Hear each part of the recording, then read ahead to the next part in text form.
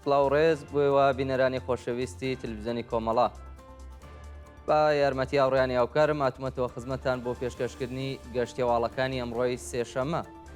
سەرەتا سەردێڕی چەند هەواڵ. دەست بە سەرکردنی دووەندامی بنەماڵەیەک لە کرماشان. بڕینەوەی دارستانەکانی گوندی قشلاق ملە لە سەقز. کەمی پەرستار لە نەخۆشخانەکانی پارێزگای ورمێ. خۆپێشاندانی کوردانی ئازادیخوازی چەند وڵات بە بۆنەی ڕۆژی 25 نۆڤامبر. کۆبوونەوەی ماڵدەزراوانی شرکەتی گوڵباران لە تاران. ناڕەزایەتی خانە نشینکراوان لە ئاست برنەسەرەوەی 20% هەقدەست. قەتڵی 78 ژن لە 6 مانگی سەرەتایی ساڵی 1403 هەتاوی لە ئێران.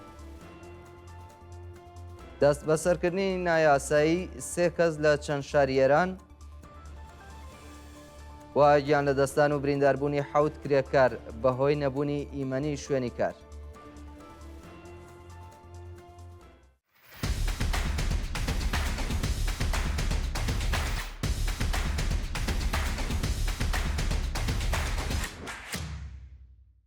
درێژەی هەواڵەکان. دەست بە سەرکردنی دووەندامی بنەماڵەیەک لە کرماشان.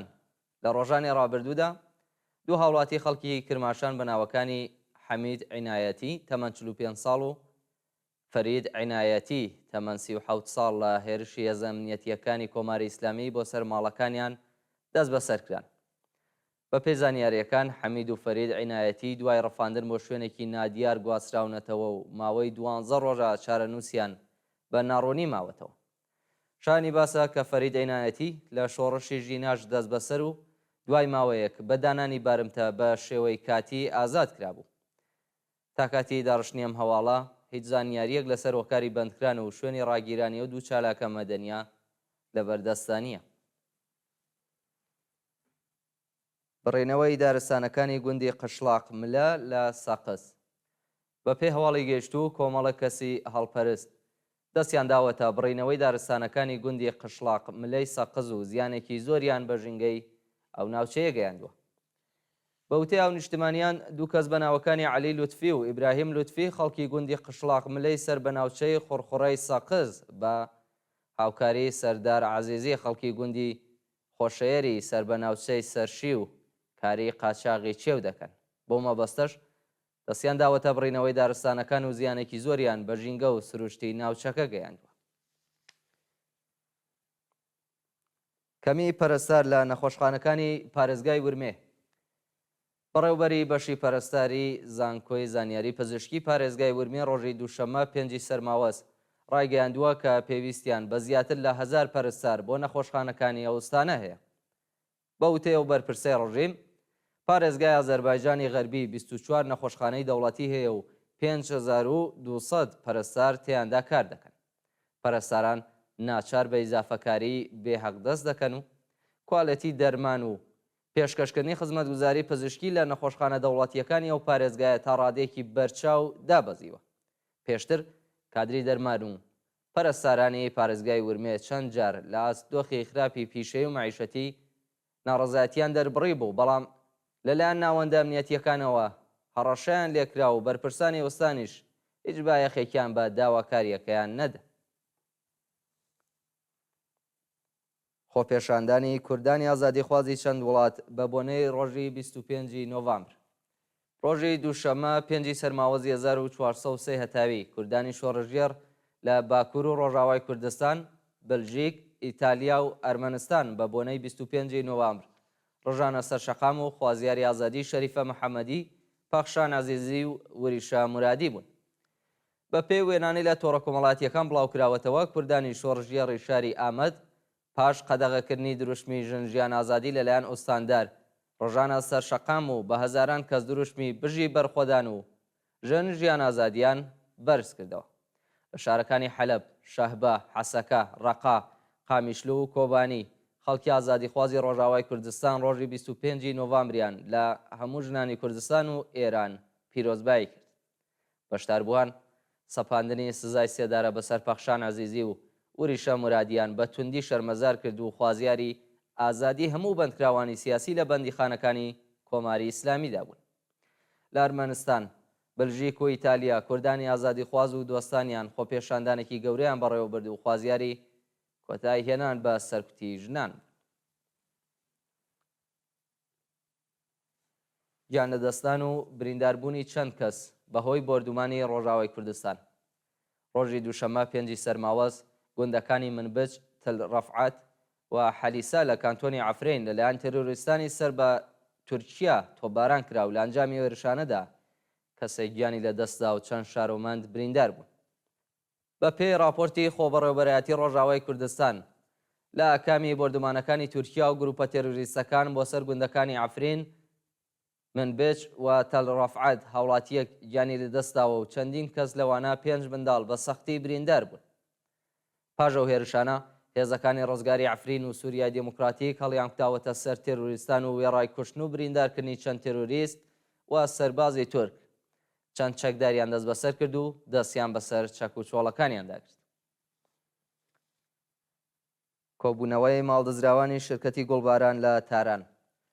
ڕۆژی دووشەمە ماڵدەزراوانی شرکەتی گوڵباران لە شارەکانی دەسفول، ئەندیمشک و شوش خۆیان گەیاندە تاران و کۆبوونەوەیەکی گەورەیان دژ بە گەندەڵی بەرپرسانی ڕژیم بەڕێوە برد. بە پێی زانیاریەکان، شرکەتی ماڵی گوڵباران سەر بە سەرهەنگێکی خانەنشینی سپای پاسدارانە کە لەلایەن چەند برایەکیەوە ئیدارە دەکرێت. بەڕێوەبەرانی ئەو شرکەتە بە بیانووی سەرمایە گوزاری پارەیەکی زۆریان لە خەڵک وەرگرتووە، بەڵام نەداهاتی سەرمایەکانیاندا دیارە و پارە دزراوەکانیان پێنادەنەوە. ناڕەزایەتی خانەنشینکراوان لە ئاست بردنەسەرەوەی 20% هەڵدەست. نوێنەرانی مەجلیسی کۆنەپەرستی ئیسلامی ڕۆژەی دووشەمە ڕایانگەیاند کە 20% بە هەڵدەستی خانەنشینکراوان ئیزافە کراوە و بۆ جۆرە لانیکەمی هەڵدەستەکانیان گەشتوتە 12 ملیۆن تومان. لە بەرامبەر زیادکردنی 20% هەڵدەست، خانەنشینکراوان بانگەوازیان بۆ کۆبوونەوەی سەراسەری بڵاو کردوێتەوە و ڕایانگەیاندووە کە حکوومەتی گەندەڵی کۆماری ئیسلامی گاڵتەیان پێدەکات. هێڵی هەژارەی 30 ملیۆن تومەنە و بەرپرسانی حکوومەت تەنیا 20% بە هەڵدەستەکانیان ئیزافە کردووە و بەکردەوە دەراتنی گەڵاڵەی هاوسانسازیشیان بە هاتنی ساڵی تازە گرێداوە. چوونە سەرەوەی 20% هەڵدەست لە حاڵێکدایە کە ڕێژەی هەڵاوسان بەردەوام لە زیادبووندایە و خەڵک توانای دابینکردنی سەرەکیترین پێداویستیەکانیشی نەما.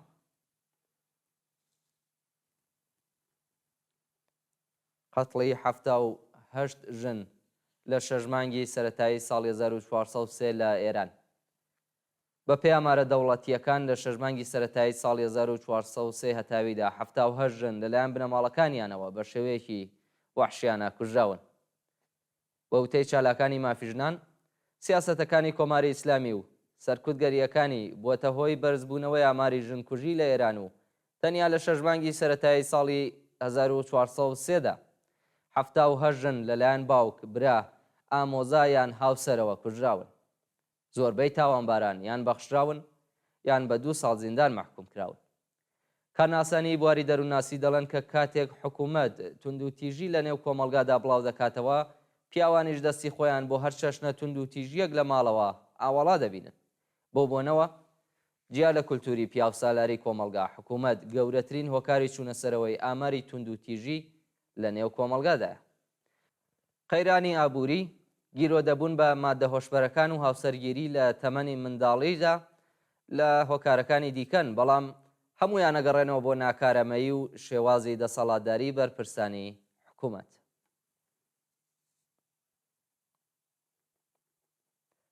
دەست بەسەرکردنی نایاسایی 3 کەس لە چەند شاری ئێران.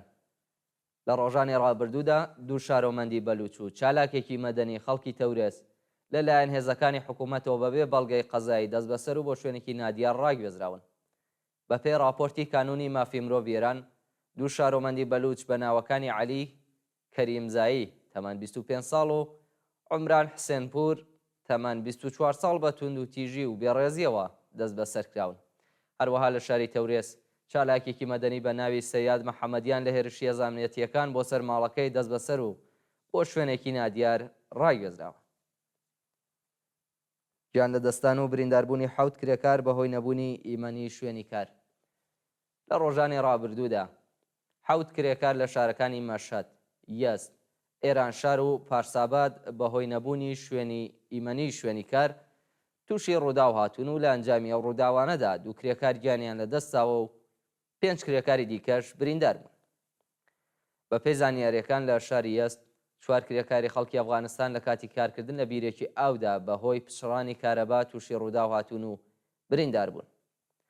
هەروەها کرێکارێکی دیکە بە ناوی عەزیز نیروماند کە پێشتر بەهۆی تەقینەوە لە کارگەیەکی قەند لە شاری پارساباد بریندار بوو گیانی لەدەستاوە. هاوکات لە ئێرانشار کرێکارێک بە ناوی موعین ئاین تەمەن 22 ساڵ بەهۆی کەوتنە خوارەوە لە بەرزایی گیانی لەدەستاوە و کرێکارێکی تەمەن 35 ساڵیش لە شاری مەشهەد بە هەمان هۆکار بە سەختی بریندار بووە. کوژرانی 3 پەنابەری ئەفغانستانی بە تەقەیەزەکانی ڕەژیم لە سەراوان. لە ڕۆژانی ڕابردوودا 3 پەنابەری ئەفغانستانی لە سنووری شاری سەراوان بە تەقەیەزەکانی ڕەژیم گیانیان لەدەستاوە.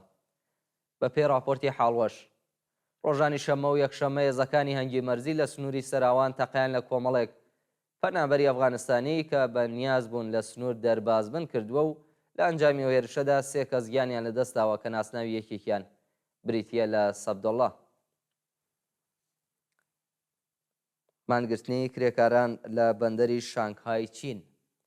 ڕۆژی دووشەمە 5 سەرماوەزی 1403 هەزاران کرێکار لە بەندەری شانگهای چین دژ بە بێکارکردنیان کۆبوونەوە و ئۆتۆبانەکانیان داخست. بە پێی زانیاریەکان زۆربەی ئەو کرێکارانە لە بەشی بەرهەمهێنانی پارچەی یەکدەکی ئۆتۆمبیل کار دەکەن و لەلایەن خاوەنکارەوە بە بیانووی کێشەی دارایی لە سەرکار دەرکراون. کرێکارای ناڕازی بە داخستنی ئۆتۆبانەکان لەگەڵ هێزەکانی پۆلیس بەشەڕ هاتوون و چەند کرێکار بریندار بوون. وا دوایین هەواڵمان سەبارەتە بە گیان لەدەستانی 8 پەنابەر لە کەناراوەکانی وڵاتی یۆنان. گاردەی ساحلی یۆنان ڕۆژی دووشەمە 5 سەرماوەز ڕایگەیاند کە 8 پەنابەر لە کەناراوەکانی وڵاتە بەهۆی وەرگەڕانی بەلەم گیانیان لەدەستاوە. لە ڕاگەیاندنی گاردی ساحلی یۆناندا هاتووە 8 پەنابەر لەو ڕووداوەدا گیانیان لەدەستاوە کە 6 کەسیان منداڵ بوون. هەروەها 36 کەس ڕزگار و ڕەوانەی ناوەندە دەرمانیەکان کراون. پێشتریش لە کەناراوەکانی ئیتالیا بەهۆی وەرگەڕانی بەلەم چەندین پەنابەری سووری و خەڵکی ئەفریقا گیانیان لەدەستا بوو. بەڵێ بینەرانی خۆشەویست گەشتی هەواڵەکانی ئەمڕۆتان پێشکەش کرا. کات و ساتێکی خۆش بۆ هەموو لای.